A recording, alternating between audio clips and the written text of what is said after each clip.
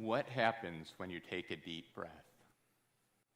Feel how the air enters your nose and goes to the back of your throat, and then glides down through your larynx to the windpipe or trachea. As the air passes beyond the trachea, it goes into the bronchi and then into each lung and fills your chest. Marcus Aurelius was a philosopher that became Roman emperor. To him, to breathe was to be alive. With every moment, we would breathe out and suck in life. But imagine what it'd be like if you couldn't breathe out and could only have very shallow breaths. For people with Tracheobronchomalacia, they're never able to take deep breaths, but only shallow breaths. And sometimes they have trouble breathing at all. And for the worst cases, if there's no one to breathe for them, then they will die. These are some pictures of individuals that have Tracheobronchomalacia and some quotes from their parents about what it's like. It's hard and exhausting laying in your bed, needing sleep, wanting sleep, but you're too scared to go to sleep because you can't hear your child if he stopped breathing while you are asleep. In an instant, the mood can go from hilarious and joyful to panic. He looks at me with a panicked look in his face like, "Mommy, help me." But all I can do is wait for him to calm down. It's horrible to have to keep your child from laughing. When your child wakes up in the middle of the night, red-faced, gasping for breath and coughing, tears streaming down his face, as a parent, you just want to fix it. But to know there's nothing I can do to truly fix it, it makes my heart ache. And as a physician, there was nothing that I could do to fix this either. My daughter said, "Why are you showing a picture of somebody dressed up as Robin?" And the reason for this is how this boy had to spend Halloween. And if you look above his head, you'll see a balloon. That balloon was there so that if he stopped breathing, somebody could come in and breathe for him. These are two of the worst children that I saw with tracheomalacia. She could stop breathing at any moment. Every cough, every sniffle scares us. And the mother of Kaiba, G, and Frito, we were told that we should get prepared to bury our little man. This boy, even though he had a breathing tube in, was unable to breathe for himself. Even though he was given sedatives and narcotics, and even paralyzed from time to time, he was unable to breathe. A colleague asked me, "What would you do if you could do anything that you wanted?" And I said, "I'd want to try to find a cure for tracheomalacia." And she said, "I know the person for you to talk to." And that person was Scott Hollister.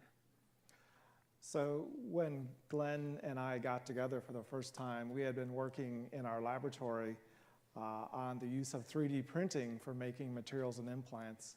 Now, a lot of you may have heard about 3D printing in the last year or so. It's gotten a lot of press. People have printed guns with it.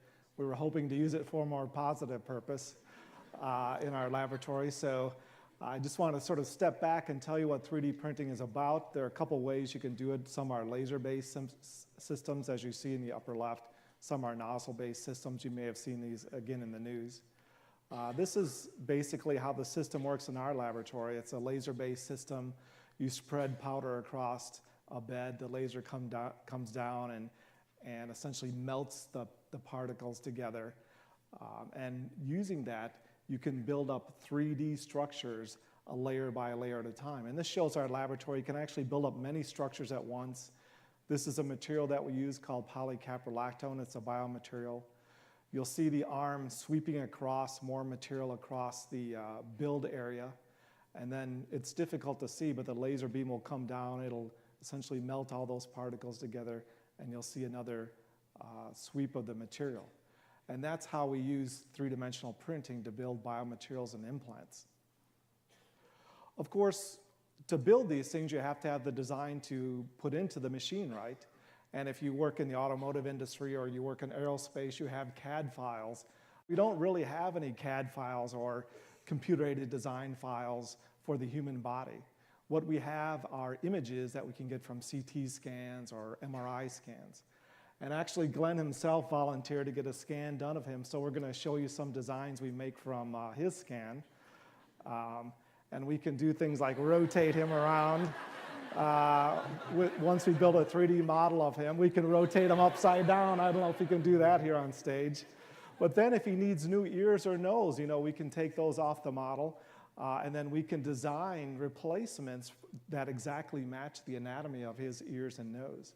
And then we can peel back his skin, and if he has issues with his skeleton or his trachea, as you see here, and you'll see a minute we see defects in his jaw or defects in his skull, we can design pieces to fit those exactly. And we can even design, you'll see the red piece on his trachea there, that's a splint to keep the trachea open.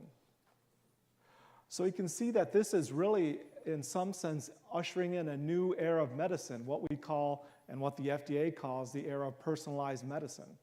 Because we can take your own image data, we can design personalized implants for you from that image data, and we can build those on a three-dimensional printer. So like for the baby at the right who has malformation in his ear, we can design a new ear from actually his other side, the good side, and build that, and then we can test regeneration, where here we're actually growing a human ear on the back of a pig. But that's really the next point in this revolution, is not only building the plastic parts, but regenerating tissue on top of those parts. And these materials are resorbable, so they will go away and you'll be left with the natural tissue.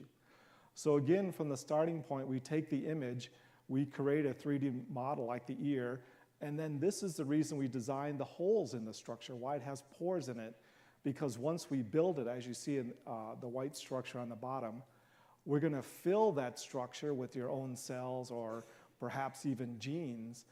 You can see in the middle panel there, there's sort of a glistening gel covering that ear, and those are cells we've actually seeded into that structure, and then you can implant it under the skin to regrow the normal ear cartilage. So what this will also usher in is a way that you don't have to be at a medical center. Even if you're out in space, once we have your image and design, we can send it out in space, and if you're flying around on the International Space Station with a 3D printer, you can print the body part right there. In fact, NASA is doing it right now. This is a picture of a test they're doing in one of their zero-G simulators to show that you can still do 3D printing in zero-G.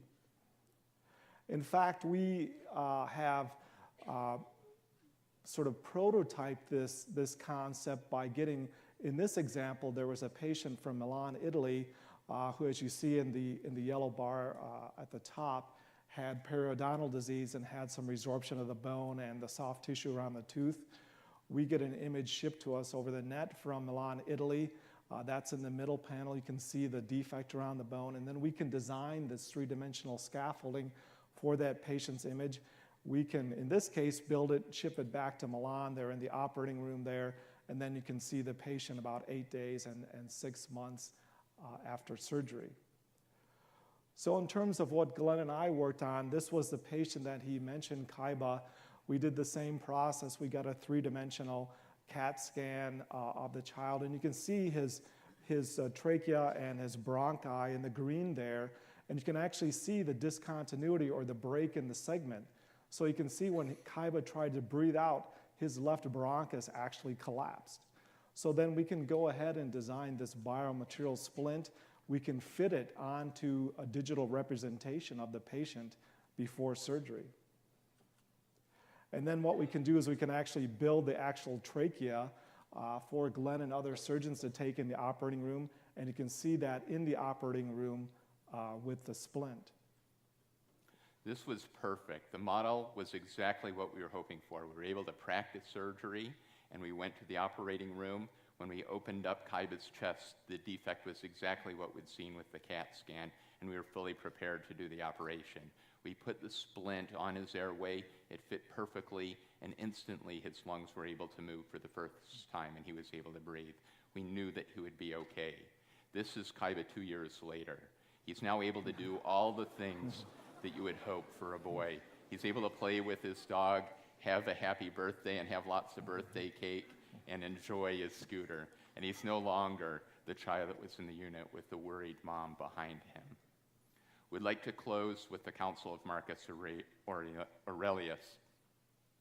When you wake in the morning, think what a precious privilege it is to be alive, to breathe, to think, to enjoy, and to love. Thank you.